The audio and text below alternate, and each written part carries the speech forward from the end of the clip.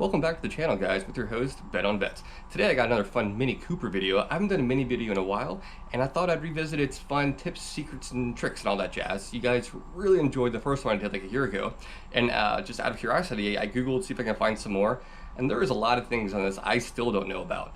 So it wasn't too hard to find 20 more unique things to the Mini Cooper. Most of these do apply to the Gen 2, but a few do also apply to the Gen 1. So let's go ahead and roll that intro, and we'll get into it.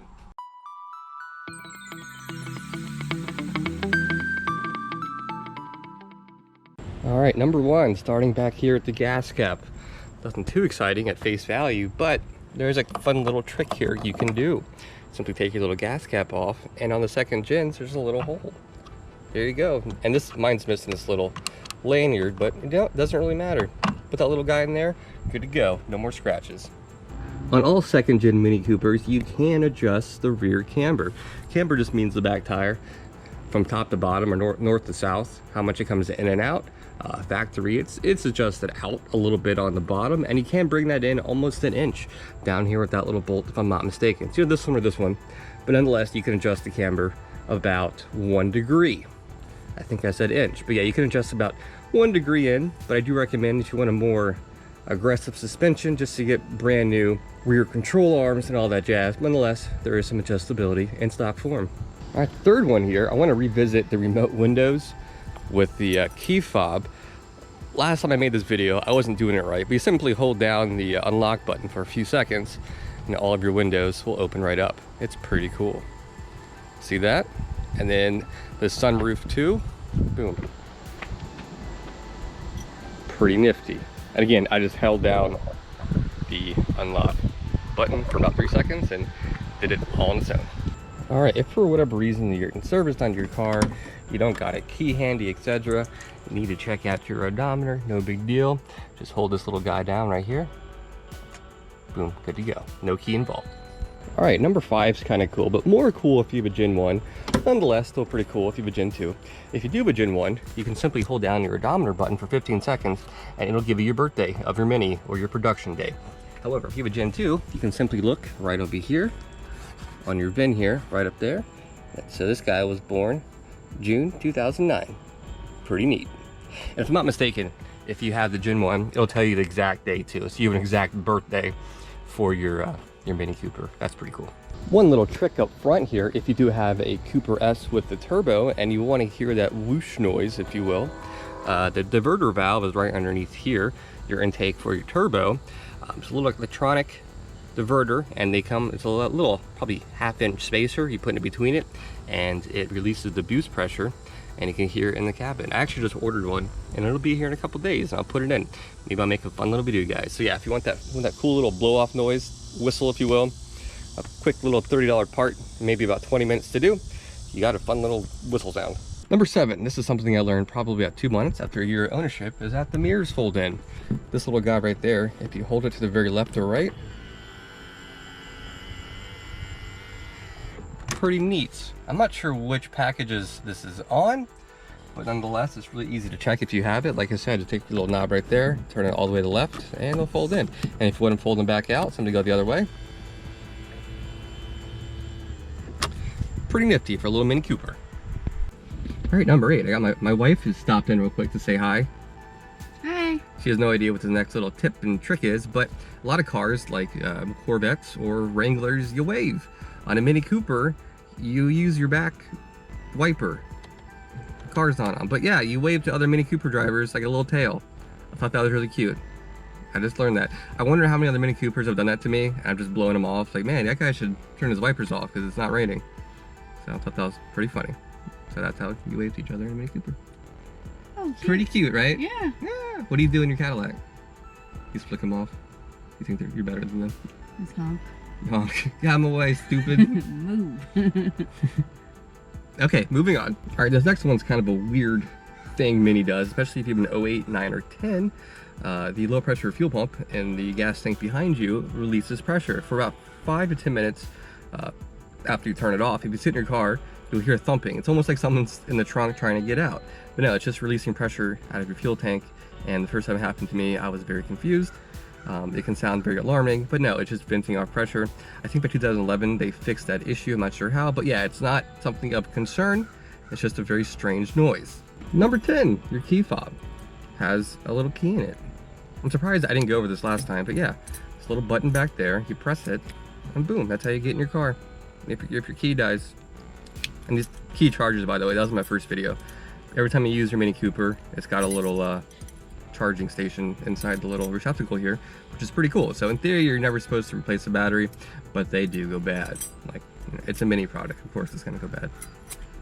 Number 11, believe it or not, you do have Bluetooth if you have a 7, 8, 9, or 10 Mini Cooper. Most people don't realize this. However, the catch is, and you see it right there, is that it only works for your telephone. And you go in here to your phone menu, you select it, and then it wants to, this is my phone, which is paired to it, but it only works for your telephone. And even that's not that good. I believe the microphone, what we're talking to, it's somewhere up here. I'm not sure where it is, but whoever you're talking to can never hear you worth a damn. But you know, it's 10, 12-year-old technology. Nonetheless, this car technically does have Bluetooth. Stateside here between 2007, 2010, and beyond, you know, you got your base Mini, you got your Mini Cooper Works, and you got your Mini Cooper S. Those are the ones everyone knows. But what didn't make it stateside is the Mini Cooper D, which was the diesel version. Yeah, we never got a diesel version in the second gen, which is unfortunate. Yeah, and it used a 2-liter diesel. I don't know much about it, but I thought it's kind of cool that they made one. I've never seen one, and it's kind of interesting. All right, number 14. Mini Cooper only uses blue coolant. It's the first car I've owned that uses blue coolant, but it's more of a German thing than a Mini thing exclusively. And they do this because it has no phosphates or nitrates, and it makes it compatible with your Mini Cooper engine. Now, if you want to pick up some blue coolant, they do sell it at O'Reilly Parts here stateside. That's the actual German-made one. They do sell a blue coolant at Advance. I don't trust it as much. It looks very, I don't know, generic. But yeah, if you go to O'Reilly Auto Parts, you can pick up German blue coolants in case you're a do-it-yourselfer. And if you own a Mini Cooper, especially a second gen, you know that you change the coolant quite a bit because the housing craps itself, the water pump, you name it. So good to know. All right, number 15, the tailgates. If this thing fails on you, because it's got a button here, it's got an actuator, the motor, I can open it because the battery's good to go. If the battery's not good to go, typically, you could just come in here, and this is very cumbersome, lift up your back seat, and you find a little pull cord. However, in some 2007 to 2010 models, the cord wasn't available. So the only way I can get back into my hatch is to get a new battery, which is really unfortunate. And if someone out there knows another way, I don't know a way, please let me know. And again, I do not have the manual release underneath my seat, and I've dug and I've taken the seats all the way out, and I can't find it. So that's really unfortunate. And apparently, yeah, there are a few models made without that feature. Kind of sucks. Mini Coopers are really good because apparently they're really great in standing water. According to FEMA, the National Highway Safety Administration, you should never drive more than 6 inches of water, because you can intake water into your motor and you can float away. However, on page 77 of the owner's manual, it states you can drive your Mini with caution up to 1 foot of water. That's pretty cool. That's more than your SUV. Wow. Yeah. You know, this car is, what, 11 years old. I'm sure it's changed since then. But next time we have a storm, maybe we should try it out. Yeah, we can find a little lake. But yeah, it's really in there, page 77. Check it out. I'm not lying. It's pretty interesting. Yes, I've read the owner's manual last week at work. You want to drive the Mini through a lake? No. I just thought it was funny. That is funny though. Mm-hmm. All right, number 17, we're getting there. This one's really neat. And I'm surprised I never knew about this.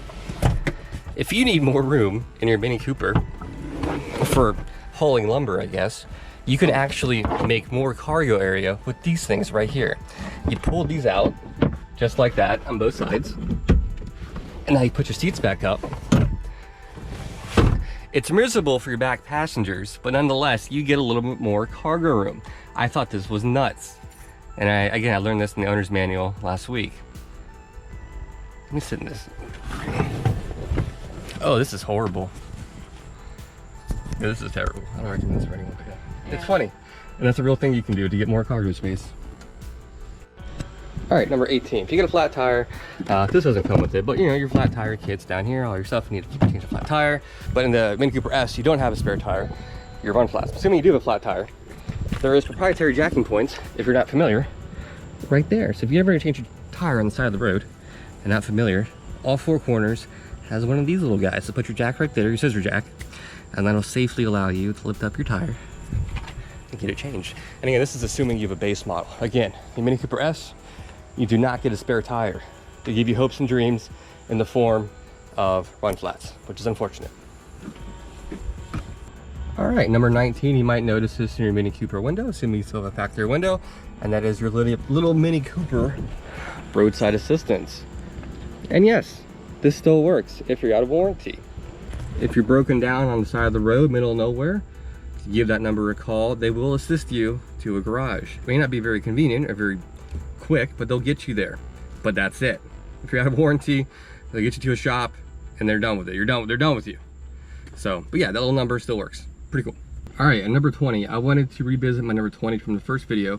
A lot of people thought I was messing with them when I said the original design of the Mini Cooper and the door was actually designed to hold a bottle of gin. And that's absolutely true. I've read a lot of sources on this, and it's very interesting. My British neighbor Emma can actually attest to this. She actually owns a Mini too. I should have got her for this video. I told her that story, and she was like, "Yeah, everyone knows that Britain." However she talks, it was cute. The designer was not only a huge smoker, but a big drinker. The extra space that was unique sliding window proved that it was created for a bottle of Gordon's gin. Yeah, I'm gonna say his name. Is I gonna say this? Isagonis? We probably sound so stupid right now. Yeah. But yeah, he wanted the door to be able to hold a particular bottle of gin, which was his favorite. So yeah, if you just Google it real quick, and there's a lot of sources on this, it's kind of neat. And people are still gonna make fun of me because of that. They're gonna be like, stupid American. You know what he's talking about. Yeah, that's fair, right? All right, we're all done. You wanna say bye? Bye. What should we do next? A video? Yeah. Not your OnlyFans. She's not an OnlyFans. How about when I pick the C8? Yeah, we got a few months though before that. That's gonna be a video though. Okay. We'll think. Okay, you tell us what you guys want to see. Okay. Yeah, that'll be fun. All right, guys, go enjoy your Labor Day weekend. Bye.